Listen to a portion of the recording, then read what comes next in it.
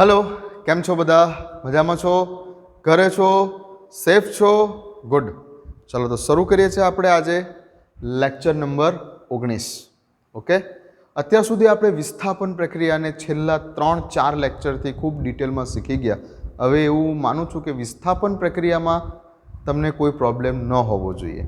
जे homework आपेलुं छे खास मैं तमने लास्ट विडियो लेक्चरमां जे 2 क्वेश्चन आपेला छे ए खास तमारे मने करीने मोकलवाना छे, तो मने आइडिया आवशे कि तमने विस्थापन प्रक्रियामां केटली समज पड़ी अथवा तो जे मारी मेहनत छे छेल्ला 4-5 लेक्चरनी ते सफल थई के केम। ओके, चालो हवे आपणे शरू करीशुं चेप्टरमां विलोपन प्रक्रिया। टॉपिकनुं नाम छे हेलो आल्केन अने हेरो एरिननी विलोपन प्रक्रिया। विलोपन प्रक्रिया इंग्लिश में जेने बोलाशे elimination reaction. Okay, halo alkane अने हेलो एरिननी विलोपन प्रक्रिया। ओके, तो जनरली विलोपन प्रक्रिया शुं छे? विलोपन प्रक्रिया अथवा केटलीकवार एने बीटा विलोपन प्रक्रिया पण कहेवामां आवे छे। विलोपन प्रक्रिया एटले शुं? विलोपन प्रक्रिया एटले कार्बनिक प्रक्रियाओना मुख्य प्रकारो जे आपणे धोरण 11 में शीखेला जे मुजब एक हती योगशील प्रक्रिया एडिशन रिएक्शन, बीजुं हतुं विस्थापन प्रक्रिया, तीजुं हतुं विलोपन प्रक्रिया, चौथुं हतुं कंईक पुनर्विन्यास प्रक्रिया वगैरह। तो आपणे योगशील प्रक्रिया शीखी गया छे। छेल्ला लेक्चरोमां आपणे विस्थापन प्रक्रिया शीख्या कार्बनिक प्रक्रियाओना प्रकारमां। हवे छे पाछुं विलोपन प्रक्रिया जेने बीटा विलोपन पण कहेवाय, जेने कहीशुं आपणे बीटा विलोपन पण बोली शकाय। એટલે શું છે વિલોપન પ્રક્રિયા? મીન્સ કે સપોઝ કે કોઈક આ રીતની એક સ્પીસીસ છે, કાર્બનની 4 સંયોજકતા છે। ઓકે, હવે સપોઝ કે આ જગ્યા ઉપર કોઈ ક્રિયાશીલ સમૂહ X છે અને આ જગ્યા ઉપર જે છે તે હાઇડ્રોજન છે, અથવા માનો ને કે કોઈ ક્રિયાશીલ સમૂહ Y છે। એક બાજુ X છે અને એક બાજુ Y છે। હવે આ કોઈ સ્પીસીસ છે, કંઈ પણ હોઈ શકે છે। આ જગ્યા ઉપર OH આલ્કોહોલ હોઈ શકે છે, ક્લોરિન કે હેલો આલ્કેન્સ હોઈ શકે છે, કંઈ પણ આ રીતની X અને Y તરીકે કોઈ ગ્રુપ છે જેમાંથી કોઈ એક બાજુ હાઇડ્રોજન છે અથવા કોઈ એક બાજુ ક્રિયાશીલ સમૂહ છે કે રેન્ડમલી ગમે તે સમજો બરાબર। હવે અહીંયા કોઈ રિએજન્ટ, કોઈ પણ રિએજન્ટ જે સ્પેસિફિક રિએજન્ટ વાપરવો હોય તે જનરલી વિલોપન પ્રક્રિયાને ઓળખવા માટે છે ને તમે બુકમાં આપેલું છે તે પ્રમાણે જો જાઓ તો જનરલી વિલોપન પ્રક્રિયાને ઓળખવા માટે તમારો જે રિએજન્ટ છે ને તે યાદ રાખજો આલ્કોહોલીય KOH। આલ્કોહોલીય KOH જનરલી મોટે ભાગે તમારા ક્વેશ્ચન આ શબ્દને યાદ રાખશો, આલ્કોહોલીય KOH અથવા કોઈક વાર NaOH પણ હોઈ શકે છે। સ્ટ્રોંગ બેઝ જોઈએ, આલ્કોહોલીય સ્ટ્રોંગ બેઝ જોઈએ। તો આલ્કોહોલીય NaOH કે આલ્કોહોલીય KOH આવા શબ્દ જ્યારે તમને રિએજન્ટ તરીકે દેખાય ત્યારે સમજવાનું કે મોટે ભાગે એ પ્રિફર કરે છે વિલોપન પ્રક્રિયાનું ઉદાહરણ છે આ। આલ્કોહોલીય KOH, આલ્કોહોલીય NaOH જેવા રિએજન્ટ એરોની ઉપર જો લખેલા હોય તો અહીંયા કોઈ રિએજન્ટ છે। અત્યારે તો એકદમ સિમ્પલ માહિતી આપું છું વિલોપન પ્રક્રિયાની। તો આવી કોઈ સ્પીસીસ છે, તેની કોઈ રિએજન્ટ સાથે પ્રક્રિયા કરવામાં આવે છે ત્યારે શું થાય છે તો કે ભાઈ આ જગ્યા ઉપરથી આ કાર્બન પરથી X દૂર થશે। માની લો કે આ આલ્ફા કાર્બન છે, માની લો કે આ આલ્ફાની બાજુમાં બીટા કાર્બન છે। આલ્ફા કાર્બન ઉપરથી X દૂર થશે, બીટા કાર્બન ઉપરથી Y દૂર થશે અને આલ્ફા અને બીટા કાર્બનની વચ્ચે ડબલ બોન્ડ આવી જશે। જુઓ શું થશે?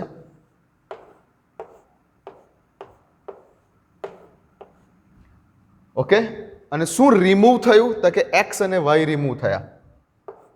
તો પ્લસ બીજી નિપજ બની X અને Y ભેગા થઈને રિમૂવ થઈ ગયા, X બોન્ડ Y, XY નામનો કોઈક પ્રોડક્ટ દૂર થઈ, બીજી બાય પ્રોડક્ટ। ઓકે, આવી કઈ રિએક્શન થઈ? આને કહેવાય વિલોપન પ્રક્રિયા। જ્યારે કોઈ સ્પીસીઝની કોઈ રિએજન્ટ કરીને બુકમાં મોટે ભાગે આલ્કોહોલીય KOH અથવા NaOH શબ્દ હશે। તો જ્યારે કોઈ સ્પીસીઝની આલ્કોહોલીય KOH NaOH જેવા રિએજન્ટની સાથે પ્રક્રિયા કરવામાં આવે છે ત્યારે આલ્ફા અને બીટા કાર્બન ઉપરથી અમુક પ્રકારના પરમાણુઓ અને સમૂહો દૂર થઈને આલ્ફા અને બીટાની વચ્ચે ડબલ બોન્ડ આવી જશે. આવી પ્રક્રિયાને બોલીશું આપણે વિલોપન પ્રક્રિયા. એક સિમ્પલમાં સિમ્પલ વિલોપન પ્રક્રિયાનું એક્ઝામ્પલ છે, ઉદાહરણ છે. ઓકે, હવે અહીંયા જે કંઈ પણ સમૂહ અલગ અલગ જોડાયા કરે ને વગેરે. બીજું એક સૌથી અગત્યની વાત તમારે યાદ રાખવાની છે કે વિલોપન પ્રક્રિયા, આ જે આપણી વિલોપન પ્રક્રિયા છે એ વિલોપન પ્રક્રિયા એક્ઝોથર્મિક રિએક્શન છે ઉષ્માગતિશાસ્ત્રની દ્રષ્ટિએ. એટલે ઉષ્મા શોષક પ્રક્રિયા છે. યાદ રાખો, ખૂબ અગત્યનો સેન્ટેન્સ કીધું. વિલોપન પ્રક્રિયા ઉષ્મા શોષક પ્રક્રિયા છે, એક્ઝોથર્મિક રિએક્શન છે. વિસ્થાપન પ્રક્રિયા જે આપણે છેલ્લા 4-5 લેક્ચરોથી ભણતા આવ્યા છે તે એન્ડોથર્મિક રિએક્શન છે. શું છે? ઉષ્મા ક્ષેપક પ્રક્રિયા હતી. ઉષ્મા ક્ષેપક પ્રક્રિયા હતી. ઓકે, જ્યારે આપણી જે આ વિલોપન પ્રક્રિયા છે, વિલોપન પ્રક્રિયા એ કેવી છે? ઉષ્મા શોષક પ્રક્રિયા છે. ક્લિયર છે? કેમ ઉષ્મા શોષક પ્રક્રિયા છે એનું રીઝન કહું છું. આ ઉષ્મા શોષક પ્રક્રિયા કેમ છે એનું તમને હું રીઝન કહું છું. ઓકે, ચાલો તો પહેલાં તો લખવા લખી લો, આટલું હટી જાઓ.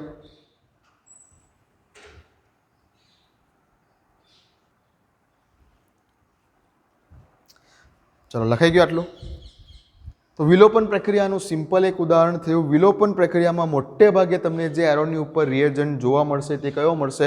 આલ્કોહોલીય KOH હશે અથવા આલ્કોહોલીય NaOH હશે. આલ્કોહોલીય શબ્દ હોવો જરૂરી છે. આલ્ફા અને બીટા કાર્બન ઉપરથી અલગ અલગ પરમાણુઓ કે સમૂહો દૂર કરીને તમે 2 કાર્બન એટલે કે આલ્ફા બીટાની વચ્ચે ડબલ બોન્ડ કરી દેશો કે જે હશે તમારી વિલોપન પ્રક્રિયા. વિલોપન થયું કહેવાય. વિલોપન પ્રક્રિયા ઉષ્માગતિશાસ્ત્રની દ્રષ્ટિએ ઉષ્મા શોષક પ્રક્રિયા છે. ઇંગ્લિશમાં જેને કહેવાશે એન્ડોથર્મિક રિએક્શન. Endothermic reaction. જ્યારે આપણે જે બંને પ્રકારની લાસ્ટ વિડિયો લેક્ચર્સમાં એટલે કે SN1 અને SN2 બંને જે પ્રક્રિયાઓ જોઈ એ SN1 SN2 બંને પ્રક્રિયાઓ ઉષ્માગતિશાસ્ત્રની દ્રષ્ટિએ કેવી હતી? SN1 SN2 બંને પ્રક્રિયાઓ ઉષ્માગતિશાસ્ત્રની દ્રષ્ટિએ એક્ઝોથર્મિક હતી. એક્ઝોથર્મિક હતી એટલે કે કેવી હતી? ઉષ્માક્ષેપક પ્રક્રિયા હતી. અને ઉષ્માક્ષેપક પ્રક્રિયાઓ હતી એટલે આપણે એવું બોલતા હતા કે SN1 પ્રક્રિયા હોય કે SN2 પ્રક્રિયા હોય, બંને પ્રક્રિયા નીચા તાપમાનને પ્રિફર કરે છે. નીચા તાપમાને પ્રક્રિયા થાય છે. એક્ઝોથર્મિક રિએક્શન હોય, ઉષ્માક્ષેપક પ્રક્રિયા માટે તાપમાનનો ઘટાડો ફાયદાકારક છે. તો SN1 હોય કે SN2 હોય, બંને એક્ઝોથર્મિક પ્રક્રિયા હતી માટે નીચા તાપમાનને તે પ્રિફર કરે છે. જ્યારે આ વિલોપન પ્રક્રિયા છે તે એન્ડોથર્મિક છે એટલે કે ઉષ્મા શોષક પ્રક્રિયા છે. એટલે કે આ પ્રક્રિયા જે હશે વિલોપન પ્રક્રિયા, આ વિલોપન પ્રક્રિયા ઉષ્મા શોષક પ્રક્રિયા હોવાને કારણે ઊંચા તાપમાનને તે પ્રિફર કરે છે. તો આ પ્રક્રિયા ઊંચા તાપમાને થાય છે. તો જ્યારે પણ કોઈ વિલોપન પ્રક્રિયાનું ઉદાહરણ હશે ને ત્યારે એરોની ઉપર હંમેશા ડેલ્ટા લખેલું હશે અથવા ગરમી આવો શબ્દ લખેલો હશે. તો ઓળખવાનું છે આ, કેમ કે આ તમને કન્ફ્યુઝ કરશે અત્યારે આગળ જતા ઉદાહરણોમાં. આગળ જતા જે હું ઉદાહરણ લઈશ તેમાં તમને કન્ફ્યુઝ કરશે કે આપેલ પ્રક્રિયામાં વિલોપન પ્રક્રિયા કરવી કે આપેલ પ્રક્રિયામાં વિસ્થાપન પ્રક્રિયા કરવી. બંને પ્રક્રિયાઓ એકબીજા સાથે હરીફાઈ કરશે. એ કોઈ ઉદાહરણમાં વિલોપન પ્રક્રિયા પ્રિફર થતી હશે તો કોઈ ઉદાહરણમાં વિસ્થાપન પ્રક્રિયા પ્રિફર થતી હશે. તો કેવી રીતે ઓળખવાનું છે? તો મેઇન વસ્તુ તો યાદ રાખો પહેલાં કે એરોની ઉપર, જો તમને એરોની ઉપર ડેલ્ટા કે ગરમી આવો શબ્દ લખીને આપે છે એટલે કે તે વિલોપન પ્રક્રિયા છે. That's it. ડેલ્ટા અથવા ગરમી આવો શબ્દ લખીને તમને એરો પર આપે છે તો તે વિલોપન પ્રક્રિયા જ છે. અથવા એરોની ઉપર જો આલ્કોહોલીય KOH શબ્દ છે, આલ્કોહોલીય KOH શબ્દ છે તો આ વિલોપન પ્રક્રિયા છે. બરાબર છે? આલ્કોહોલીય KOH એવો શબ્દ છે તો વિલોપન પ્રક્રિયા છે. એરોની ઉપર ગરમી શબ્દ આપેલો છે, કોઈ રિએજન્ટ છે, ગરમી શબ્દ આપેલો છે અને કન્ફ્યુઝ થવાય છે કે વિસ્થાપન કરવું કે વિલોપન કરવું. તો ગરમી અથવા ડેલ્ટા આવું છે તો સમજી જવાનું છે કે આ કેવી પ્રક્રિયા છે? ગરમી અથવા ડેલ્ટા એવો શબ્દ આપેલો છે તો આ પ્રક્રિયા કેવી છે? વિલોપન પ્રક્રિયા છે. ક્લિયર છે વાત? ઓકે, લખી કાઢ્યું હશે આટલા પોઈન્ટને. ચાલો, હવે મેં કીધું કે સાહેબ તમે કહી દીધું ને અમે માની લીધું. દરેક વસ્તુનું રીઝન છે ભાઈ, દરેક વસ્તુનું રીઝન છે, પણ એટલું બધું તમને હવે ઊંડાણમાં નહીં લઈ જાઓ. અમુક વસ્તુ તમારે સ્વીકારી લેવાની છે. ચલો કહી દઉં તમને રીઝન જાણવું છે, ક્યુરિયોસિટી જો થતી હોય કે સાહેબ વિલોપન પ્રક્રિયા ઉષ્મા શોષક પ્રક્રિયા કેમ છે, રીઝન આપો, અમને તો રીઝન જાણવું છે. હવે ચલો રીઝન આપી દઉં. અહીંયા તમે જુઓ કે શું થયું આ પ્રક્રિયા દરમિયાન, થયું શું, આ જ પ્રક્રિયાનું ઉદાહરણ લઈને સમજાવું. આ પ્રક્રિયામાં શું થયું, અહીંયાથી એક્સ જે કંઈ પણ હશે એક્સ તરીકે, એક્સ અને વાય બે લખેલા છે, અહીંયાથી જે કંઈ પણ હશે એક્સ તરીકે તે દૂર થયો. દૂર થયો એટલે ઇન શોર્ટ કાર્બન અને જે કંઈ પણ આ એક્સ છે એની વચ્ચેનો બંધ તૂટ્યો હશે. હા. અહીંયાથી વાય દૂર થયો એટલે અહીંયાથી કાર્બન અને વાય વચ્ચેનો બંધ તૂટ્યો હશે. હા. કેટલા બંધ તૂટ્યા ટોટલ? કાર્બન અને એક્સ વચ્ચેનો બંધ તૂટ્યો, કાર્બન અને વાય વચ્ચેનો બંધ તૂટ્યો. કેટલા બંધ તૂટ્યા ટોટલ? 2 બંધ તૂટ્યા. જે 2 બંધ તૂટ્યા એ 2 બંધ કયા પ્રકારના બંધ હતા? સિગ્મા પ્રકારના બંધ હતા કે પાઈ પ્રકારના બંધ હતા? સિગ્મા પ્રકારના બંધ તૂટ્યા. ઓકે, તો અહીંયા કાર્બન અને એક્સ વચ્ચેનો બંધ સિગ્મા બંધ, કાર્બન અને વાય વચ્ચેનો બંધ સિગ્મા બંધ. એનો અર્થ કે 2 સિગ્મા બંધ તૂટે છે. હવે ઉષ્માગતિશાસ્ત્રની દ્રષ્ટિએ જો વાત કરીએ, થર્મોડાયનેમિકલી જો વાત કરીએ, તો બંધ તોડવા માટે શું કરવું પડે? ઉષ્મા આપવી પડે કે બંધ તોડો તે દરમિયાન ઉર્જા છૂટી પડે? કોઈ પણ બંધને તોડવો હોય તો ઉષ્મા કે ઉર્જા આપવી પડે. તો ઉર્જા આપવી પડે છે. અહીંયા 2 બંધને તોડવાના છે તો અહીંયા કંઈ ને કંઈક ઉર્જા કે ઉષ્મા આપવી પડશે, ગરમી આપવી પડશે. 2 બંધ તોડવાના છે તે. સામે એ પણ પ્રશ્ન થાય કે સાહેબ સામે નિપજ બી તો બને છે, નિપજમાં તો બંધ બને પણ છે. કોઈ પણ રાસાયણિક પ્રક્રિયામાં 2 જ વસ્તુ થતી હોય, પ્રક્રિયકો વચ્ચેના બંધ તૂટતા હોય અને નિપજો વચ્ચેના બંધ બનતા હોય. હવે આ જગ્યા ઉપર તમે ધ્યાનથી જુઓ કે 2 સિગ્મા બંધ તૂટી રહેલા છે. હવે બંધ તોડવા માટે ઉર્જા આપવી પડે એવું આપણને ખબર છે. સામે નિપજો વચ્ચેના બંધ બની પણ તો રહેલા છે અને બંધ બને તે દરમિયાન શું થાય? ઉર્જા છૂટી પડે. બંધને તોડવા છે તો શું કરવું પડે છે તમારે? અહીંયા ઉર્જા કે ઉષ્મા આપવી પડે. માટે ઉષ્મા શોષક પ્રક્રિયા થઈ. સામે નિપજના મોલિક્યુલ્સ તરફ જુઓ તો બંધ બની પણ રહેલા છે અને બંધ બને ને તે દરમિયાન ઉર્જા છૂટી પડે. તો આ જગ્યા ઉપર કયા નવા બંધ બની રહેલા છે? તો કાર્બન કાર્બન વચ્ચે નવો બંધ, અહીંયા ઓલરેડી એક બંધ તો હતો જ આ સિગ્મા બંધ, પણ નવો બંધ અહીંયા એક બીજો પ્રોડ્યુસ થયો, પાઈ બંધ. તો અહીંયા તમારો એક પાઈ બંધ અને બીજું એક્સ અને વાયની વચ્ચે પણ તો એક નવો બંધ બન્યો ને. એક્સ અને વાયની વચ્ચે પણ આ એક નવો બંધ બન્યો ને. જે કયો બંધ બન્યો? સિગ્મા બંધ. તો એક સિગ્મા બંધ બને છે. પ્રક્રિયકો બાજુથી 2 સિગ્મા બંધ તૂટે છે અને નિપજો બાજુ એક પાઈ બંધ બને છે અને એક સિગ્મા બંધ બને છે. સમજો બરાબર? સમજો બરાબર? ઓકે. આ જગ્યા પર 2 સિગ્મા બંધ તૂટ્યા. આ બાજુ એક સિગ્મા બંધ બન્યો અને એક પાઈ બંધ બન્યો. જો આ બાજુ પણ 2 સિગ્મા બંધ બન્યા હોતે તો બંને બાજુ ન્યુટ્રલ થઈ જતી કે 2 સિગ્મા બંધ તોડવા દરમિયાન જેટલી ઉર્જા આપવી પડી એટલી જ ઉર્જા 2 સિગ્મા બંધ બન્યા તો છૂટી પડી એટલે બંને બાજુ ન્યુટ્રલ થઈ ગયું. બરાબર? ધ્યાનથી મારી વાતને સાંભળજો. આ બાજુ 2 સિગ્મા બંધ તોડવા માટે, સમજો કે આ બાજુ 2 સિગ્મા બંધ તોડવા માટે 2 સિગ્મા બંધ તોડવા માટે 100 કિલો જૂલ જેટલી ઉર્જા આપવી પડી. આ બાજુ સપોઝ કે 2 સિગ્મા બંધ બનતા હોતે તો 100 કિલો જૂલ જેટલી ઉર્જા છૂટી પડતે. જો 2 સિગ્મા બંધ બનતા હોતે તો સામસામે ન્યુટ્રલ થઈ જતે, પણ એવું નથી થતું. અહીંયા તો શું થાય છે? એક પાઈ બંધ બને છે અને એક સિગ્મા બંધ બને છે. એટલે સપોઝ કે એક સિગ્મા બંધ બને છે તો 50 કિલો જૂલ જેટલી ઉર્જા છૂટી પડે છે. 2 સિગ્મા બંધ પર 100 લીધા તો એક સિગ્મા બંધ પર 50 જૂલ જેટલી કિલો જૂલ જેટલી ઉર્જા છૂટી પડી. હવે સિગ્મા બંધ કરતાં પાઈ બંધ તો નિર્બળ છે. એટલે જ્યારે પાઈ બંધ બને ત્યારે સિગ્મા બંધ જેટલી એનર્જી રિલીઝ તો નહીં જ થાય. માટે જ્યારે પાઈ બંધ બને છે ત્યારે એવું સમજો કે એનર્જી રિલીઝ થાય છે, પણ કેટલી? 20 કિલો જૂલ જેટલી એનર્જી રિલીઝ થાય છે. તો ટોટલ આપવી કેટલી પડી? 100 કિલો જૂલ જેટલી. ટોટલ રિલીઝ કેટલી થઈ? 50 ને 20 70 કિલો જૂલ જેટલી. તો ઓવરઓલ રિએક્શનમાં જે ઉર્જાનો ફેરફાર થયો, એન્થાલ્પી ફેરફાર થયો તે કેટલો થયો? તો કે અહીંયા 100 જેટલી આપવી પડી અને અહીંયા 70 જેટલી રિલીઝ થઈ. તો ઓવરઓલ એનર્જી કેટલી થઈ? 30 કિલો જૂલ જેટલી આપવી પડી ને. ઓવરઓલ આ પ્રક્રિયાને કરવા માટે ને એનર્જી આપવી પડી માટે આપણે કીધું ઉષ્મા શોષક પ્રક્રિયા છે. ઉષ્માગતિશાસ્ત્રની દ્રષ્ટિએ સમજાયું. બાકી તો શરૂઆતમાં મેં તમને કહી દીધું, તમારે માની લેવાનું હતું કે ભાઈ વિલોપન પ્રક્રિયા ઉષ્મા શોષક પ્રક્રિયા છે, માટે ઊંચા તાપમાને થાય, એવું મેં તમને કીધું, તમારે સ્વીકારી લેવાનું હતું. પણ જો તમને કોઈને ક્યુરિયોસિટી હોય તેનો તો તમને જવાબ આપી દીધો કે કેમ આવું. કેમ કે અહીંયા કોઈ પણ વિલોપન પ્રક્રિયા દરમિયાન શું થતું હશે તો કે 2 સિગ્મા બંધને તમે તોડશો અને સામે એક નવો પાઇબંધ બનશે અને એક નવો સિગ્મા બંધ બનશે. આ ઇનડાયરેક્ટલી આ જ પ્રક્રિયા થવાની છે. તો જ્યારે આ પ્રકારની પ્રક્રિયા થશે ત્યારે ઉષ્માગતિશાસ્ત્રની દ્રષ્ટિએ તમે સમજી શકો છો કે ઓવરઓલ આખી પ્રક્રિયા દરમિયાન ઉર્જા આપવી પડે છે, માટે તેને આપણે ઉષ્મા શોષક પ્રક્રિયા કહીએ છીએ. ચાલો જઈએ આગળ.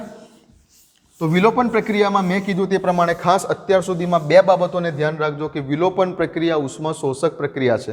ઉષ્મા શોષક પ્રક્રિયા છે એટલે કે ઊંચા તાપમાને થતી પ્રક્રિયા છે. એટલે કે તમને એરોની ઉપર જો ડેલ્ટા કે ગરમી લખેલું આપે તો તમારે સમજવાનું છે કે આ વિલોપન પ્રક્રિયા છે. બાકી વાત છે. બીજું કે રિએજન્ટ તરીકે તમને મોટે ભાગે શું લખેલું વંચાશે? આલ્કોહોલીય KOH અથવા તો આલ્કોહોલીય NaOH. હવે કેટલાક એક્ઝામ્પલ લઉં વિલોપન પ્રક્રિયાના. ચલો ધ્યાનથી સમજો. હવે કેટલાક એક્ઝામ્પલ વિલોપન પ્રક્રિયાના.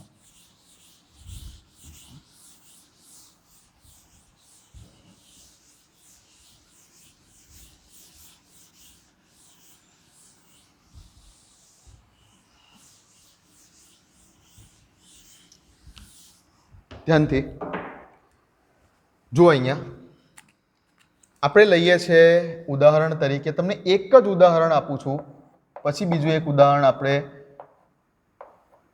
આ એક ઓર્ડિનરી ઉદાહરણ આપું છું, પછી એક સરસ ઉદાહરણ લઈશું. હેલો આલ્કેનની જ વાત કરવી છે. ચાલો 2-ક્લોરોપ્રોપેન. 2-ક્લોરોપ્રોપેનની એવું કીધું, પહેલાં તો તમને અહીંયા એરોની ઉપર ગરમી આવો શબ્દ આપી દીધો, ગરમી શબ્દ આપી દીધો, અને બીજું તમને અહીંયા આપી દીધું આ જગ્યા ઉપર આલ્કોહોલીય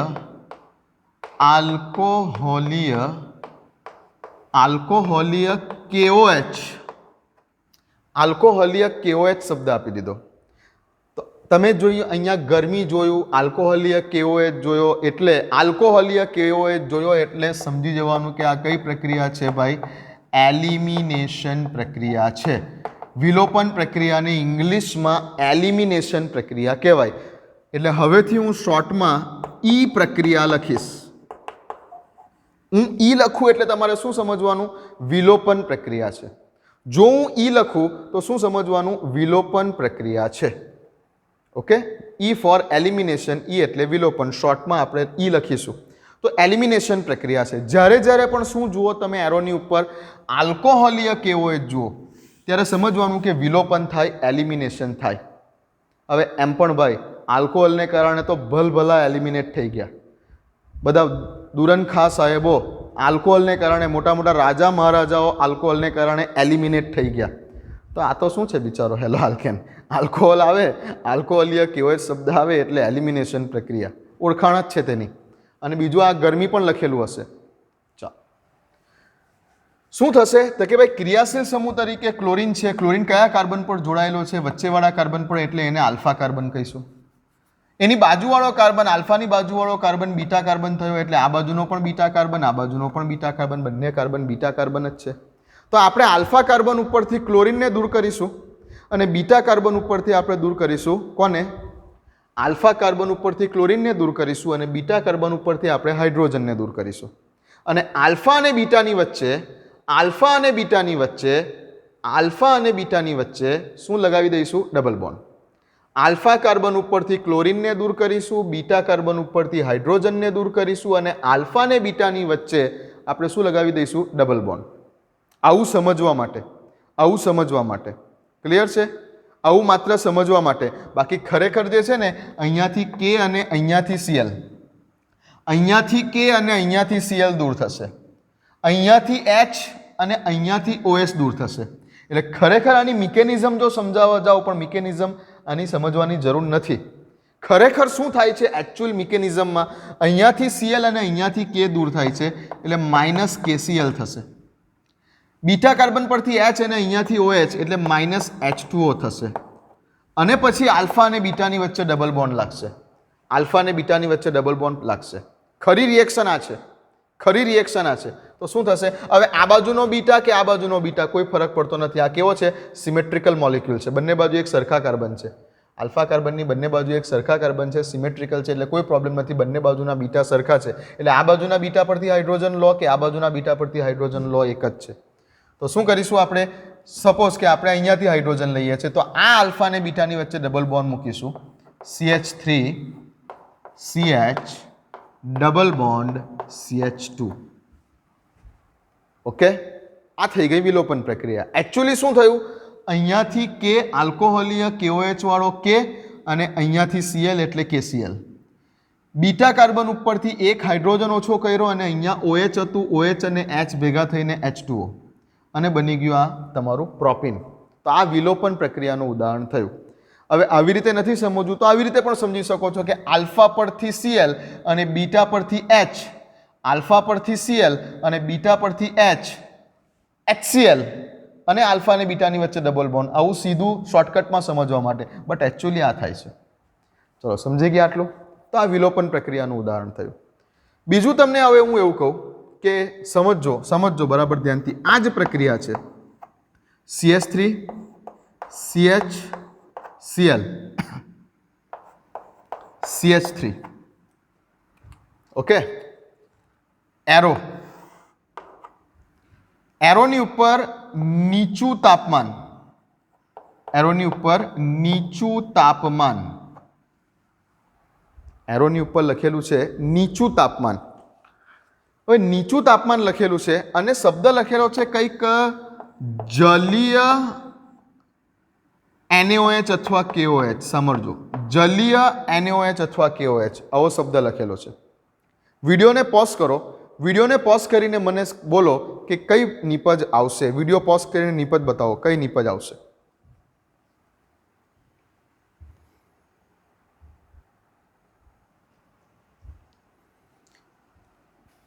બોલો, લખ્યું? શું આવશે? આ જગ્યા ઉપર કઈ પ્રક્રિયા થશે? આ જગ્યા ઉપર વિલોપન પ્રક્રિયા નહીં થાય, આ જગ્યા પર વિસ્થાપન પ્રક્રિયા થશે. આ જગ્યા ઉપર વિસ્થાપન પ્રક્રિયા થવાની છે. કેમ? નીચું તાપમાન, નીચા તાપમાને વિસ્થાપન પ્રક્રિયા થાય, ઊંચા તાપમાને વિલોપન પ્રક્રિયા થાય. તો આ જગ્યા ઉપર વિસ્થાપન પ્રક્રિયા થશે. બીજું કે આ જગ્યા ઉપર જલીય KOH છે. જલીય એટલે કે પોલર પ્રોટિક સોલ્વન્ટ આવ્યું. જો આ બધા કેસ હવે તમને ધીમે ધીમે આઈડિયા આવશે. પોલર પ્રોટિક સોલ્વેન્ટ આવ્યું.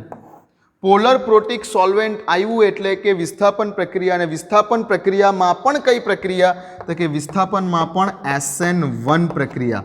પોલર પ્રોટિક સોલ્વેન્ટ આવે છે. પોલર પ્રોટિક સોલ્વેન્ટ પાણી, જલીય KOH, પોલર પ્રોટિક સોલ્વેન્ટ પાણી, જલીય KOH. વિસ્થાપન પ્રક્રિયા SN1 પ્રક્રિયા, નીચું તાપમાન. જો કોઈક વાર નીચું તાપમાન નથી પણ આપેલું, તો પણ તમારે સમજવાનું છે કે રૂમ ટેમ્પરેચર છે ભાઈ, ઇટ્સ ઓકે, રૂમ ટેમ્પરેચર છે. નીચું તાપમાન શબ્દ નથી તો પણ આ કઈ પ્રક્રિયા છે? વિસ્થાપન પ્રક્રિયા, રૂમ ટેમ્પરેચર છે. જો કશું એરોની ઉપર નથી લખતા એનો અર્થ કે તે રૂમ ટેમ્પરેચર પર થાય છે, તો પણ એવું સમજો કે ઓકે આ પ્રક્રિયા કઈ છે? વિસ્થાપન પ્રક્રિયા છે. બટ જ્યારે સ્પેસિફિકલી એરોની ઉપર લખેલું આપે ડેલ્ટા કે ઊંચું તાપમાન કે ગરમી વગેરે, ત્યારે સમજો કે એ વિસ્થાપન પ્રક્રિયા નથી, બટ કઈ પ્રક્રિયા છે? એલિમિનેશન પ્રક્રિયા છે, એટલે કે વિલોપન પ્રક્રિયા છે. ઓકે, તો આ જગ્યા ઉપર નીચું તાપમાન લખેલું આપે તો સારું, ના લખેલું આપે તો પણ આપણે સમજી જવાનું કે રૂમ ટેમ્પરેચર છે, ઓર્ડિનરી રૂમ ટેમ્પરેચર નીચું તાપમાન હશે. તો જલીય KOH શબ્દ છે, જલીય KOH શબ્દ પકડ્યો, અહીંયા આલ્કોહોલીય KOH શબ્દ હતો. જલીય KOH શબ્દ આવ્યો એટલે આ જગ્યા પર વિસ્થાપન પ્રક્રિયા છે. એટલે શું થશે?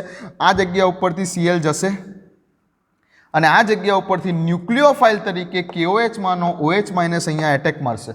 એટલે શું થશે? આ જગ્યા ઉપર મળતી નિપજ કંઈક આ છે, CH3 COH CH3.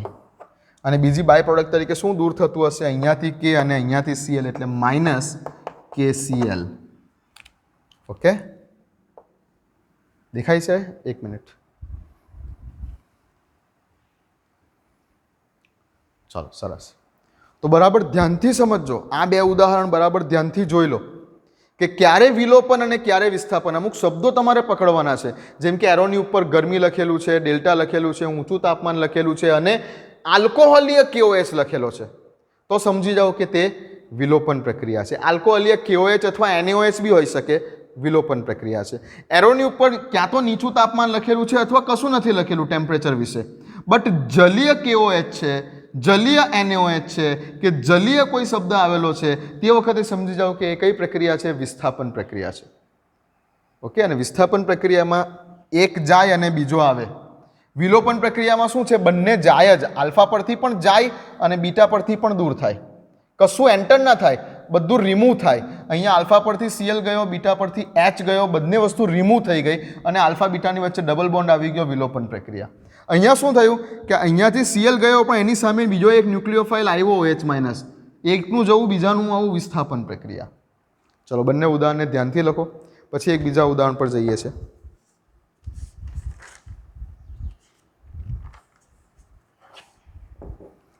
લખાઈ ગયા હશે? ઓકે, ચાલો.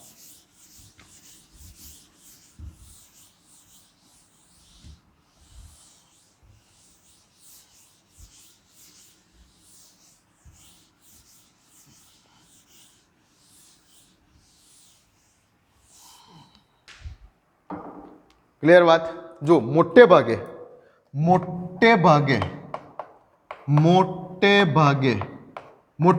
હા, હંમેશા નહીં, મોટે ભાગે બોલું છું, મોટે ભાગે જો તમારો હેલો આલ્કેન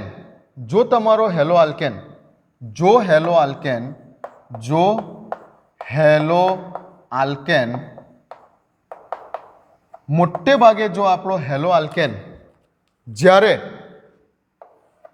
તૃતીયક પ્રકારનો હશે, મોટે ભાગે જ્યારે તમારો હેલો આલ્કેન તૃતીયક પ્રકારનો હશે, ત્યારે તે વિસ્થાપન, એટલે કે વિસ્થાપનમાં પણ પાછી SN1 પ્રકારનું વિસ્થાપન ને ફોલો કરશે. મોટે ભાગે, હંમેશા નહીં, બધી કન્ડિશન ઘણી બધી જોવામાં આવે છે એમાં, બટ મોટે ભાગે જો આપણો હેલો આલ્કેન તૃતીયક પ્રકારનો હશે તો તે વિસ્થાપનને ફોલો કરશે. કઈ પ્રક્રિયા થશે તેમાં? તો કે વિસ્થાપન પ્રક્રિયા થશે મોટે ભાગે. જો હેલો આલ્કેન આપણો પ્રાથમિક પ્રકારનો હશે, જો હેલો આલ્કેન પ્રાથમિક પ્રકારનો હશે આપણો, તો પણ તે મોટે ભાગે વિસ્થાપનને ફોલો કરશે.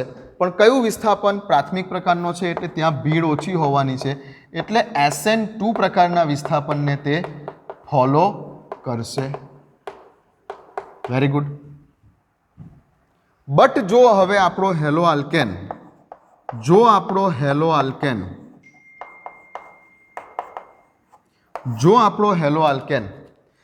દ્વિતીયક પ્રકારનો છે, જો આપણો હેલો આલ્કેન દ્વિતીયક પ્રકારનો છે, તો આ કેસમાં પોસિબિલિટી છે કે વિસ્થાપન પણ થઈ શકે અને વિલોપન પણ થઈ શકે.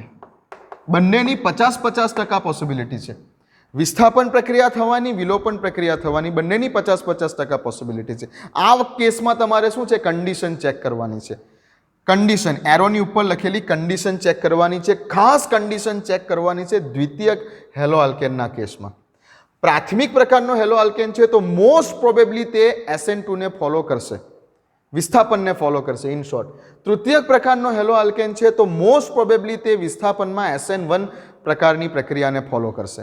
બટ જો દ્વિતીયક પ્રકારનો હેલો આલ્કેન છે તો વિસ્થાપનમાં પણ તે પાછો SN1 પણ કરી શકે છે, SN2 પણ કરી શકે છે. આ બંને વિસ્થાપન તો કરશે, વિસ્થાપનમાં પણ પાછી SN1 SN2 બંને પ્રકારની પોસિબિલિટી છે, અને વિલોપન પણ કરશે. આ વખતે તમારે કન્ડિશન ચેક કરવાની છે. SN1 અને SN2 ની કન્ડિશન કેવી રીતે ખબર પડશે? તો કે પહેલા તો વિસ્થાપન કરશે કે વિલોપન કરશે કેવી રીતે ખબર પડશે? તો કે એરોની ઉપર જોવાનું, કે એરોની ઉપર નીચું તાપમાન લખેલું હોય, અથવા કશું ના લખેલું હોય તો વિસ્થાપન, અને જો એરોની ઉપર ઊંચું તાપમાન લખેલું હોય એરોની ઉપર ઊંચું તાપમાન લખેલું હોય કે ગરમી આવું લખેલું હોય કે ડેલ્ટા આવું લખેલું હોય તો વિલોપન. અને બીજું વિલોપન માટેનો એક સ્પેશિયલ ખાસ રિએજન્ટ તો મેં તમને કહી દીધો કે વિલોપન માટે મોટે ભાગે તમારું કામ ખાલી આ શબ્દને જોતા પતી જશે, આલ્કોહોલીય KOH. બસ આ શબ્દને જોશો એટલે મોટે ભાગે તમે વિચારજો કે આ વિલોપન પ્રક્રિયા છે. વિલોપન પ્રક્રિયામાં મોટે ભાગે આ શબ્દને પકડજો, આલ્કોહોલીય KOH આ શબ્દને. અને બીજું એરોની ઉપર ઊંચું તાપમાન, ગરમી, ડેલ્ટા આવા બધા શબ્દો. વિસ્થાપનમાં નીચું તાપમાન અથવા એરોની ઉપર કશું નથી લખેલું વિસ્થાપનમાં. પાછું SN1 છે કે SN2 છે એના માટે તમારે શું ચેક કરવાનું છે? સોલ્વેન્ટ ચેક કરવાનો છે. સોલ્વન્ટ કયો છે, કયા પ્રકારનો સોલ્વેન્ટ છે તે ખાસ ચેક કરવાનું છે. જો તમારો પોલર પ્રોટિક સોલ્વેન્ટ છે તો SN1 અને જો તમારો પોલર એપ્રોટિક સોલ્વેન્ટ છે તો SN2. ક્લિયર આટલી વાત? તો આ શું છે કે વિસ્થાપન વિરુદ્ધ વિલોપન, જ્યારે પેલી કોમ્પિટિશન ચાલે કે કઈ પ્રક્રિયા થશે, વિસ્થાપન કરવી કે વિલોપન કરવી, એના માટે થોડીક આટલી વસ્તુની આઈડિયા માઇન્ડમાં રાખવી. અને આ બધું પાછું મોટે ભાગે છે, હા, પથ્થરની લકીર નથી. આ બધી લખેલી વસ્તુ મોટે ભાગે છે, પથ્થરની લકીર કશું પણ નથી. આ મેં શબ્દ લખેલો છે મોસ્ટ પ્રોબેબલી, હંમેશા માટે નહીં. પાછું લખી દો આટલું, પણ આટલું યાદ રાખશો ને એટલે તમારા મોટા ભાગના કેસ સોલ્વ થઈ જશે. ચાલો લખો. ઓકે,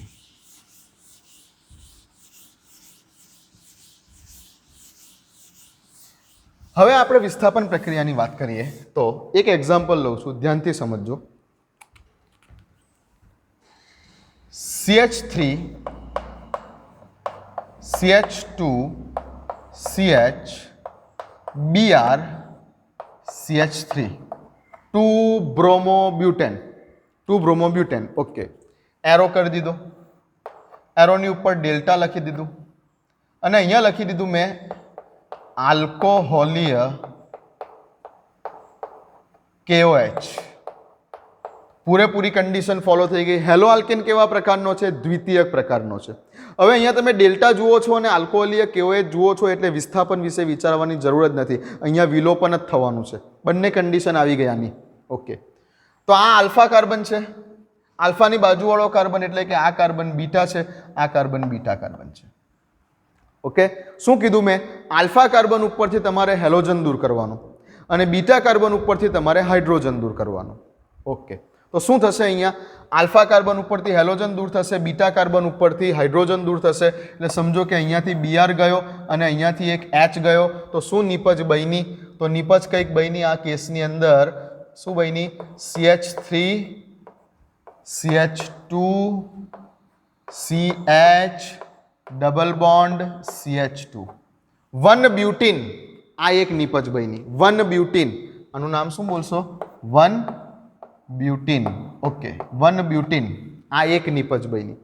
હવે કોઈ એવું કહે કે સર તમે અહીંયાથી આલ્ફા પરથી હેલોજન દૂર કર્યો અને અહીંયાથી હાઇડ્રોજન દૂર કર્યો, પણ સર અમારે બાજુના બીટા પરથી દૂર કરવો હોય તો, અમારે અહીંયાથી હાઇડ્રોજન દૂર કરવો હોય તો?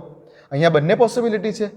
આપણે વાત કરી કે આલ્ફા કાર્બન ઉપરથી હેલોજન અને બીટા કાર્બન ઉપરથી હાઇડ્રોજન, તો આપણે આ બાજુના બીટા પરથી લીધો એની કરતાં આ બાજુના બીટા પરથી હાઇડ્રોજન લઈએ તો એવી પણ એક પોસિબિલિટી છે. હા, તો સપોઝ કે આલ્ફા કાર્બન પરથી હેલોજન અહીંયા લઈ લીધો, હવે આપણે આ બાજુના બીટા કાર્બન પરથી હાઇડ્રોજન લઈએ તો કેવી નીપજ મળતે? તો નીપજ કંઈક આવી મળતે. CH3 CH double bond CH CH3. આ બાજુના બીટા પરથી હાઇડ્રોજન લીધો તો નીપજ આવતે આલ્ફા અને બીટાની વચ્ચે, આલ્ફા અને આ બીટા જે હતો તેની વચ્ચે ડબલ બોન્ડ. તો આવી નીપજ આવતે. ઓકે, તો આ કેસમાં નીપજનું નામ છે 2 બ્યુટીન. હવે નીપજ બંને બને છે, નીપજ બંને બની રહેલી છે, પણ આ બંનેમાંથી પાછી એક મુખ્ય નીપજ છે અને એક ગૌણ નીપજ છે. તો હવે મુખ્ય નીપજ કઈ અને ગૌણ નીપજ કઈ?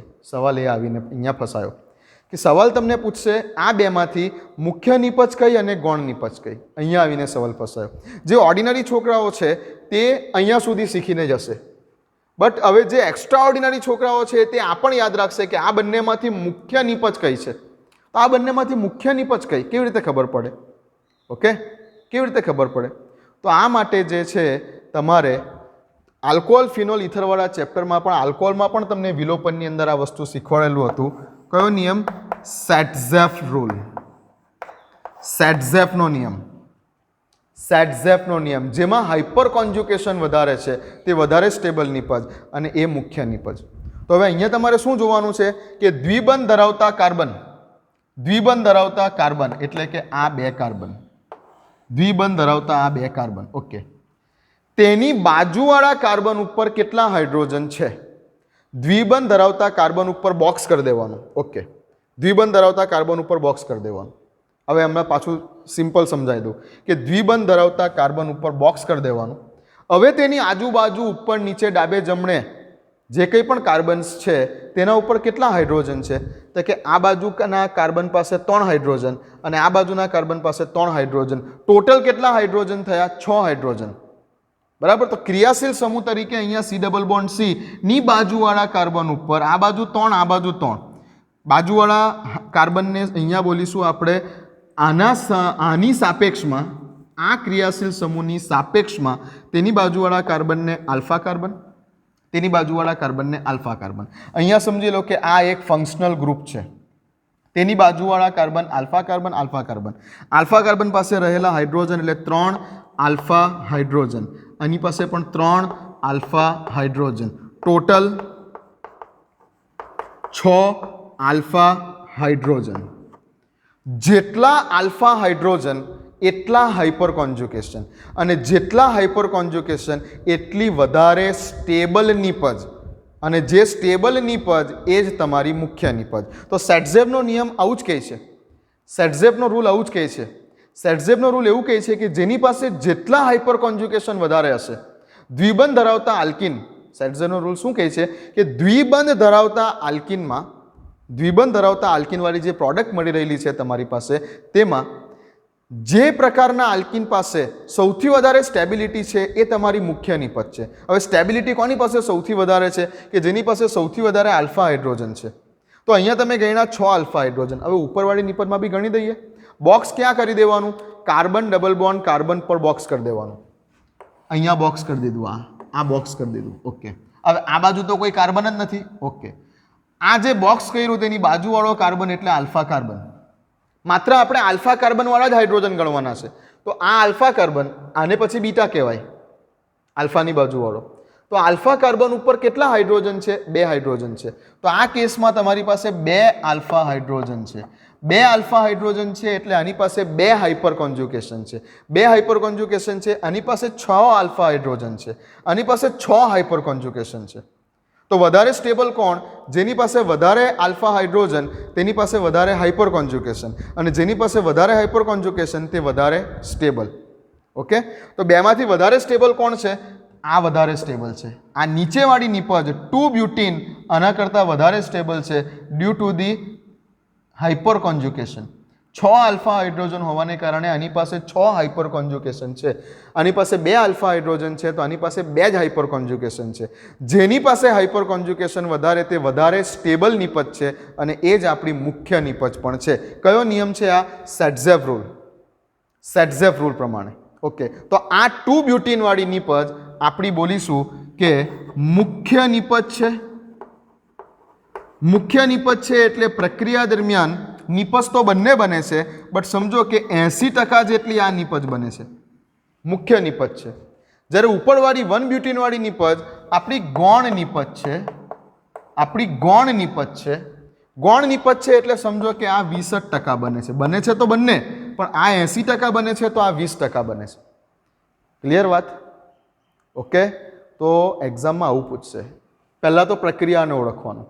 ગુજરાત બોર્ડ તો અહીંયા સુધીમાં કદાચ પતાવી દેશે. કદાચ કોમ્પિટિટિવ એક્ઝામમાં શું છે કે ઓપ્શનમાં આ પણ આપેલું હશે, ઓપ્શનમાં આ પણ આપેલું હશે, અને પૂછશે કે મુખ્ય નિપજ કઈ છે. ક્લિયર વાત? પતાવો ક્વેશ્ચન, હટી જાઓ, શાંતિથી પતાવો.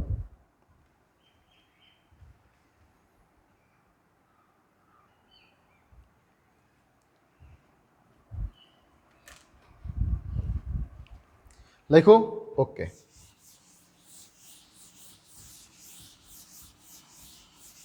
બીજો એક સવાલ. હવે કદાચ જેવી રીતે આપણે પેલા અમુક ક્વેશ્ચન જોયેલા કે નીચેના પૈકી કોણ SN1 પ્રક્રિયા ઝડપથી કરશે, નીચેના પૈકી કોણ SN2 પ્રક્રિયા ઝડપથી કરશે, એવી રીતે અહીંયા એક ક્વેશ્ચન આપી દઉં કે નીચેના પૈકી કોણ એલિમિનેશન પ્રક્રિયા એટલે કે વિલોપન પ્રક્રિયા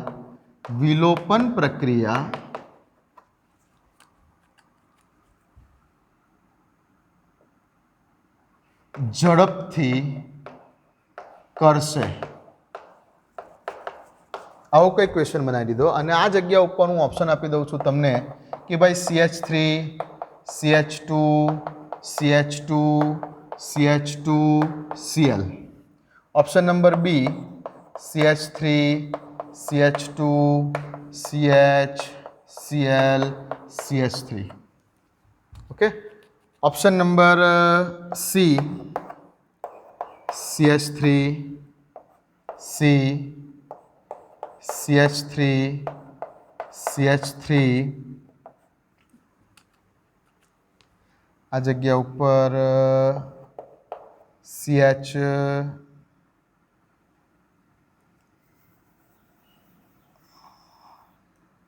Cl. ઓકે, ચાલો નીચેના પૈકી કોણ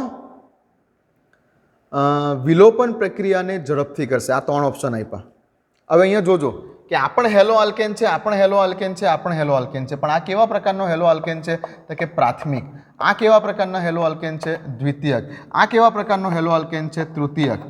આ તમારા ક્લોરોબ્યુટેનના જ બધા સમઘટકો લખેલા છે મેં. હવે આ જ ત્રણ કેસમાં વિલોપન પ્રક્રિયા કરવાની છે એ ફિક્સ છે, પણ કોણ સૌથી ઝડપથી વિલોપન પ્રક્રિયા કરશે? તો જો વિલોપન પ્રક્રિયા છે ને, આ વિલોપન પ્રક્રિયાની ક્રિયાવિધિ તમને નથી બતાવી, બરાબર, કેમ કે જરૂર નથી. બટ વિલોપન પ્રક્રિયાનો વેગ પણ કાર્બોકેટાયનની સ્થિરતા ઉપર આધાર રાખે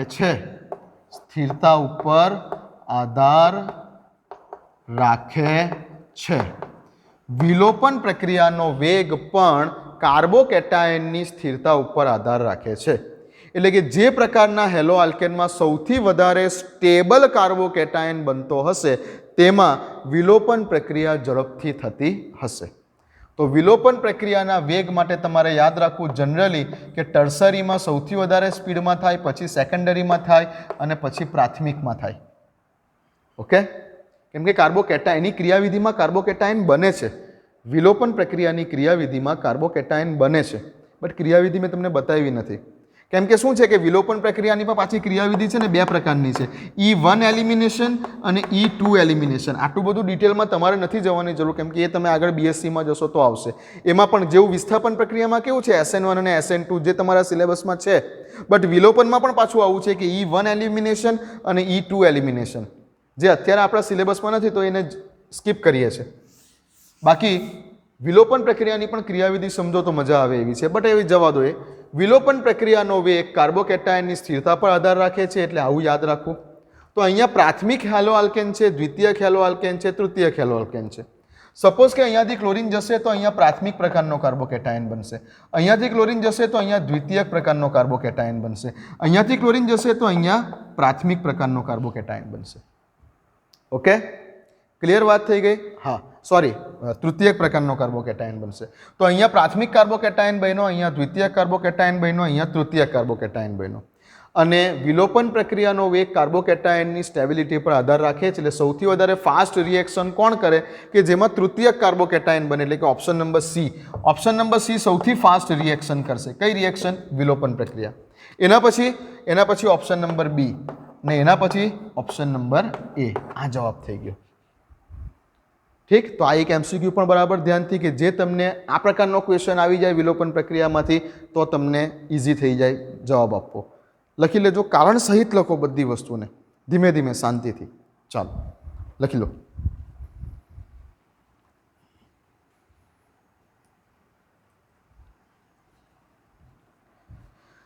ભાઈ તો આટલું.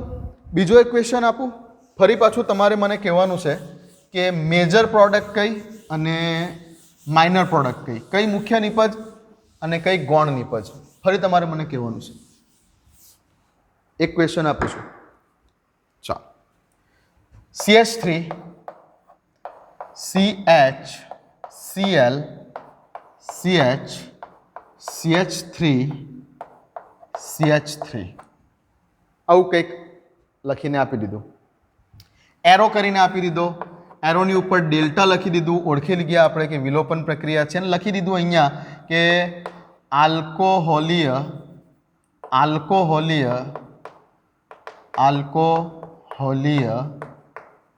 KOH, આલ્કોહોલીય KOH.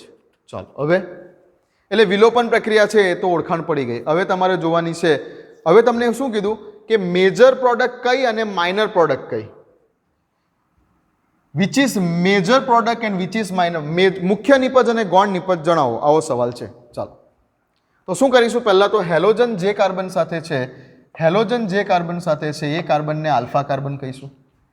હવે આલ્ફાની બાજુવાળો કાર્બન એટલે બીટા કાર્બન. હા, તો આલ્ફાની બાજુવાળો કાર્બન એટલે કે આ કાર્બન બીટા કાર્બન થયો, અને આ બાજુવાળો કાર્બન એટલે કે આ કાર્બન બીટા કાર્બન થયો. તો આપણે આલ્ફા કાર્બન ઉપરથી હેલોજનને દૂર કરીશું અને બીટા કાર્બન ઉપરથી હાઇડ્રોજનને દૂર કરીશું. હવે બીટા કાર્બન એકચ્યુઅલી બંને બાજુ છે એટલે બે નિપજ બતાવીશું. એક વખત અહીંયાથી હાઇડ્રોજનને દૂર કરીશું એક નિપજમાં, બીજી નિપજમાં અહીંયાથી હાઇડ્રોજનને દૂર કરીશું.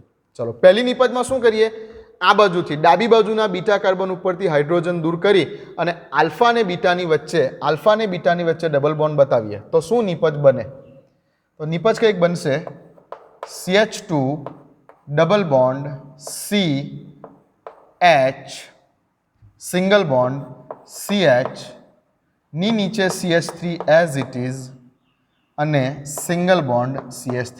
આ એક નિપજ થઈ, જે નામ હશે તે IUPAC નામ લખી દેવાનું આનું. ઓકે, આ એક નિપજ થઈ. બીજી નિપજ શું થશે, તો કે બીજી નિપજમાં શું કરીએ આપણે, આલ્ફા પરથી તો હેલોજન ફિક્સ જ છે, હવે આપણે આ બાજુના બીટા ઉપરથી હાઇડ્રોજન એટલે કે આ હાઇડ્રોજનને દૂર કરીએ, બીટા કાર્બનવાળા હાઇડ્રોજનને, અને હવે આલ્ફા અને બીટા આ બે કાર્બનની વચ્ચે ડબલ બોન્ડ બતાવીએ, બીજું બધું એઝ ઇટ ઇઝ. તો શું થશે, તો થશે નિપજ CH3 CH, અહીંયાથી હેલોજન ગયો CH, હવે ડબલ બોન્ડ થઈ જશે આ બેની વચ્ચે, આ કાર્બનની નીચે CH3 અને સિંગલ બોન્ડ પાછું CH3. તો આવી બે નિપજો પોસિબલ છે. હવે આ બે નિપજો પૈકી એક મુખ્ય નિપજ છે અને એક ગૌણ નિપજ છે. હવે કઈ મુખ્ય નિપજ અને કઈ ગૌણ નિપજ, ચાલો વિચારો, કઈ મુખ્ય નિપજ અને કઈ ગૌણ નિપજ, વિચારો શું થશે, શાંતિથી ધ્યાનથી વિચારો શું થશે. તો પહેલા તો મુખ્ય નિપજ અને ગૌણ નિપજને નક્કી કરવી હોય તો આપણે સેટઝેવ રૂલ વાપરવો પડે. સેટઝેવ રૂલ શું કહે છે કે જે વધારે સ્ટેબલ આલ્કીન છે તે તમારી મુખ્ય નિપજ છે. વધારે સ્ટેબલ આલ્કીનને કઈ રીતે ઓળખવાનો, કે જેમાં સૌથી વધારે હાઇપર કોન્જ્યુગેશન છે તે વધારે સ્ટેબલ આલ્કીન છે, તે મુખ્ય નિપજ છે. હવે હાઇપર કોન્જ્યુગેશન કોની અંદર કેટલા છે તે નક્કી કરવું હોય તો કોની અંદર સૌથી વધારે આલ્ફા હાઇડ્રોજન છે તે ચેક કરવાના. ઠીક છે, સેટઝેવ રૂલ એવું કહે છે, એક અડધી લાઈનમાં કહું તો, કે જે આલ્કીન પાસે, અહીંયા તમારી બે નિપજ બની, બે અલગ અલગ આલ્કીન બન્યા નિપજમાં, જે આલ્કીન વધારે સ્ટેબલ આલ્કીન છે તે મુખ્ય નિપજ છે. હવે બેમાંથી કોણ વધારે સ્ટેબલ છે એ નક્કી કરવા માટે શું જોવું પડે, કે કોની અંદર હાઇપર કોન્જ્યુગેશન વધારે છે. હવે કોની અંદર હાઇપર કોન્જ્યુગેશન વધારે છે એ નક્કી કરવા માટે પાછું શું જોવું પડે, કોની પાસે આલ્ફા હાઇડ્રોજન વધારે છે. તો શું કરવાનું, તમારે દ્વિબંધ ધરાવતા કાર્બન ઉપર બોક્સ કરી દેવાનું, આ બોક્સ કરી દેવાનું, દ્વિબંધ ધરાવતા કાર્બન જે છે ત્યાં બોક્સ કરી દેવાનું. હવે એની આજુબાજુ, એની બિલકુલ બાજુવાળા કાર્બન પર કેટલા હાઇડ્રોજન છે તે ગણી કાઢવાના. દ્વિબંધ ધરાવતા કાર્બન પર જે બોક્સ કર્યું તેની બિલકુલ બાજુવાળા કાર્બન પર, દ્વિબંધ ધરાવતા, બરાબર ધ્યાનથી સાંભળો મારા શબ્દો, દ્વિબંધ ધરાવતા કાર્બન ઉપર જે તમે બોક્સ કર્યું તેની બિલકુલ બાજુવાળા કાર્બન પર કેટલા હાઇડ્રોજન છે તે જ ગણવાના. પછી એ કાર્બનની બાજુવાળા કાર્બન પર કેટલા હાઇડ્રોજન છે તે નહીં ગણવાના. તો મેં અહીંયા બોક્સ કર્યું, આ બોક્સની બાજુમાં કયો કાર્બન સીધો જોડાયેલો, આ કાર્બન પાસે કેટલા હાઇડ્રોજન છે, તો આ કાર્બન પાસે એક જ હાઇડ્રોજન છે, આ એક જ હાઇડ્રોજન છે. પછી આ કાર્બન સાથે જોડાયેલા કાર્બન પર કેટલા હાઇડ્રોજન છે તે નહીં જોવાના. જે તમે દ્વિબંધ ધરાવતા કાર્બન પર બોક્સ કર્યું તેની બાજુવાળો કાર્બન આલ્ફા કાર્બન અને આની પાસે કેટલા હાઇડ્રોજન છે એ જ જોવાના. તો કેટલા હાઇડ્રોજન છે આની પાસે, એક જ હાઇડ્રોજન છે એટલે એક આલ્ફા હાઇડ્રોજન છે. હવે એક આલ્ફા હાઇડ્રોજન છે એટલે આની પાસે એક જ હાઇપર કોન્જ્યુગેશન શક્ય છે. નીચે આવી જાઓ, નીચે ગણો. દ્વિબંધ ધરાવતા કાર્બન ઉપર તમે બોક્સ કર્યું. હવે આ બોક્સની સાથે સીધા જોડાયેલા કેટલા કાર્બન? તો કે આ કાર્બન સીધો જોડાયેલો છે એટલે આલ્ફા કાર્બન. બોક્સની સાથે આ કાર્બન પણ સીધો જોડાયેલો છે એટલે આલ્ફા કાર્બન. બોક્સની સાથે આ કાર્બન પણ સીધો જોડાયેલો છે એટલે આલ્ફા કાર્બન. તો 3 ને 3 6 ને 3 9 દરેક આલ્ફા કાર્બન પાસે કેટલા હાઇડ્રોજન છે? અહીંયા 3, અહીંયા 3, અહીંયા 3, 9. અહીંયા ટોટલ 9 આલ્ફા હાઇડ્રોજન થયા. 9 આલ્ફા હાઇડ્રોજન થયા. અહીંયા એક જ આલ્ફા હાઇડ્રોજન છે, અહીંયા 9 આલ્ફા હાઇડ્રોજન છે. હવે 9 આલ્ફા હાઇડ્રોજન છે તો વધારે સ્ટેબલ કોણ થશે? આ જ થશે ને. આની પાસે હાઇપર કોન્જ્યુગેશન વધારે થશે તો વધારે સ્ટેબલ નિપજ આ છે. તો આ તમારી મુખ્ય નિપજ થઈ પ્રક્રિયાની, મુખ્ય નિપજ થઈ. અથવા આને કેટલીક વાર કોમ્પિટિટિવ એક્ઝામમાં એવો પણ ક્વેશ્ચન પૂછાય કે સેટ-ઝેપ નિપજ જણાવો.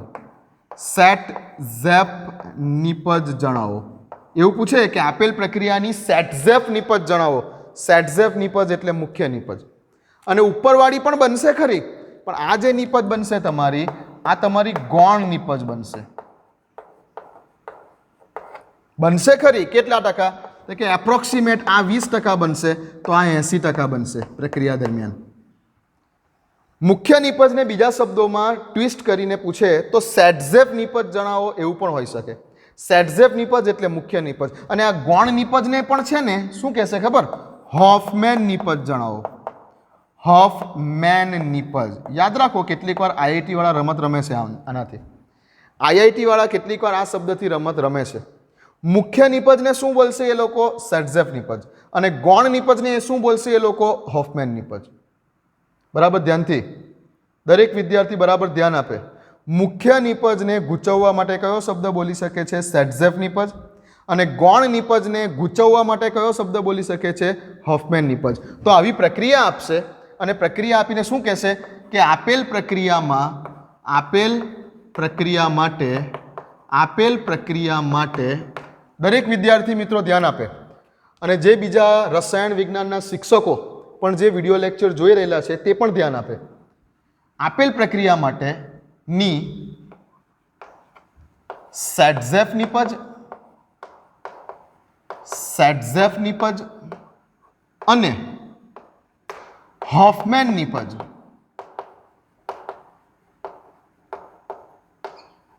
જણાવો.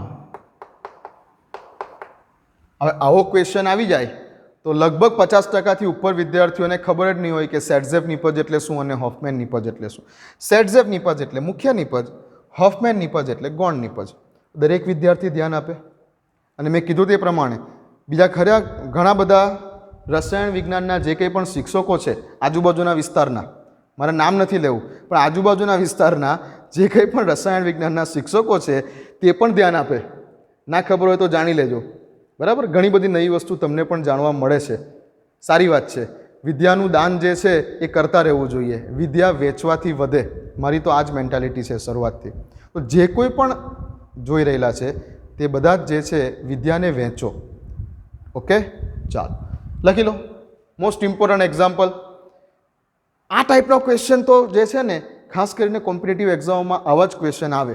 અને આવા ક્વેશ્ચનો શું છે કે આવા ક્વેશ્ચનો કોઈ દિવસ જોયેલા ના હોય, કોઈ દિવસ પ્રેક્ટિસ કરેલી ના હોય, માત્ર ને માત્ર ચોપડિયું જ્ઞાન લીધેલું હોય, ગોખણપટ્ટી કરેલી હોય. એટલે જ આપણા વિદ્યાર્થીઓ જે કંઈ પણ ગુજરાતના મોટાભાગના વિદ્યાર્થીઓ નથી કોમ્પિટિટિવ એક્ઝામને ક્રેક કરી શકતા, મેરિટમાં નથી આવી શકતા, તેનું કારણ જ આ છે કે 90-95 માર્ક્સ તો લઈ આવશે ગુજરાત બોર્ડની અંદર, પછી કોમ્પિટિટિવ એક્ઝામમાં આવીને બ્રેક વાગી જશે. ચાલો પતાવો.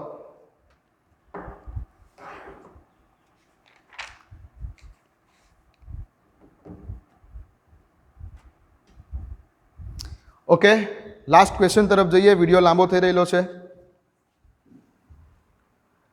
ચાલો એક લાસ્ટ ક્વેશ્ચન કરાવી દઉં, પછી વિડીયોને આપણે બંધ કરીએ છીએ. એટલે વિલોપન પ્રક્રિયામાં મોસ્ટ પ્રોબેબલી બધું પૂરું થઈ જશે.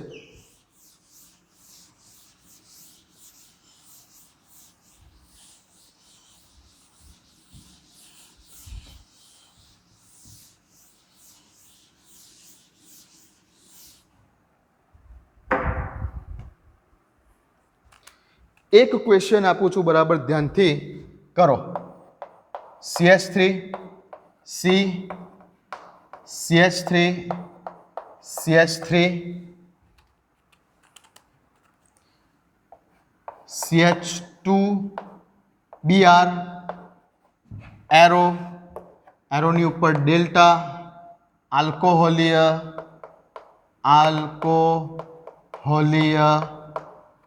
KOH.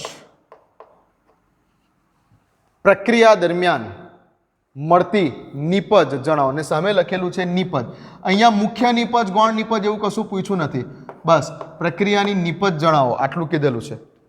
ચલો બતાવો મને, વિડીયોને પોઝ કરો, વિડીયોને પોઝ કરીને જવાબ આપો, બતાવો મને હટો.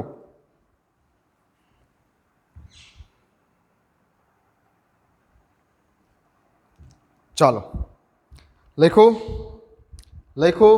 ઓકે, શું કર્યું તમે?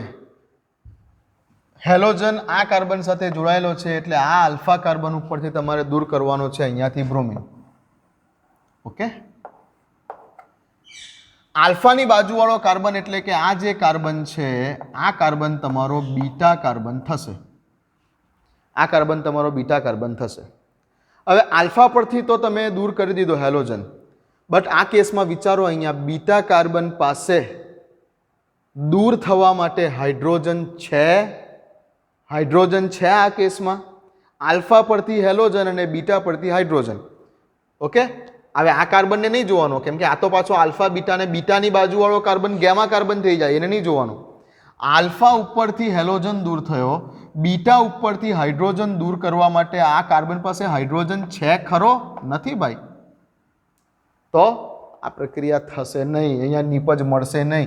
વિલોપન પ્રક્રિયા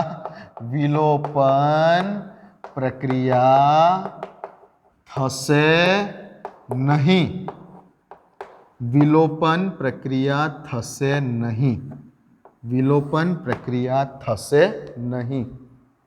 ઓકે, એક પોસિબિલિટી હતી, હવે મિકેનિઝમમાં નથી લઈ જતો, એક પોસિબિલિટી હતી અહીંયા જો KOH આલ્કોહોલીય KOH જેટલો. આ શું છે કે તમને પછી બહુ વધારે કન્ફ્યુઝ કરવાનો કેસ છે. E1 અને E2 ક્રિયાવિધિમાં તમે જાઓ, E1 અને E2 ક્રિયાવિધિમાં તમે જો જાઓ તો આલ્કોહોલીય KOH જે છે ને E2 ક્રિયાવિધિને ફોલો કરે છે. બીજા પણ કેટલા રિએજન્ટ છે કે જે એલિમિનેશન 1 ક્રિયાવિધિને ફોલો કરે છે. હવે એના વિશે ડિટેલમાં નથી લઈ જવું કેમ કે છે જ નથી. બાકી આ જગ્યા ઉપર કાર્બોકેટાયન મેં કીધું કાર્બોકેટાયન બને છે એટલે પોસિબિલિટી હતી અહીંયા કાર્બોકેટાયન જનરેટ થશે જ.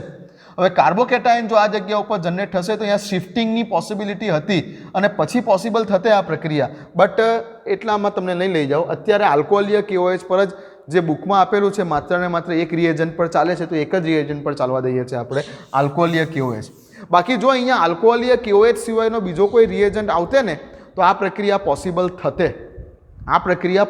થતે, બટ આ કેસમાં આલ્કોહોલીય KOH લખેલો છે તો આ કેસમાં વિલોપન પ્રક્રિયા થશે નહીં, કેમ કે આલ્ફા પરથી તો દૂર કરવા માટે હેલોજન છે, બટ બીટા પાસે દૂર કરવા માટે હાઇડ્રોજન નથી. જેથી આ પ્રક્રિયા જે છે એ વિલોપન પ્રક્રિયા અહીં થશે નહીં. ફરીથી ધ્યાન રાખજો, ઓનલી ઇન કેસ ઓફ આલ્કોહોલીય KOH છે, કેમ કે હું થોડુંક બુક પ્રમાણે જાઉં છું. અહીંયા બુકમાં આલ્કોહોલીય KOH એક જ રિએજન્ટથી આપેલું છે, તો આપણે આ એક જ રિએજન્ટને અનુસંધાનમાં બોલીએ તો આ પ્રક્રિયા થશે નહીં. બાકી થતે જો અહીંયા E1 ક્રિયાવિધિ ફોલો થતે, માત્ર જાણકારી માટે, કન્ફ્યુઝ નહીં થતા પ્લીઝ, કન્ફ્યુઝ નહીં થતા. મારો સ્વભાવ છે એટલે માત્ર જાણકારી માટે બોલું છું. આ માત્ર જાણકારી માટે, માત્ર ને માત્ર જાણકારી માટે. જો આ જગ્યા ઉપર આલ્કોહોલિક KOH સિવાયનો બીજો કોઈ રિએજન્ટ હોતે તો શું થતે? તો પ્રક્રિયા એલિમિનેશન 1 ક્રિયાવિધિ પ્રમાણે થતે. આ જગ્યા ઉપર પ્રક્રિયા એલિમિનેશન 2 ક્રિયાવિધિ પ્રમાણે થાય છે.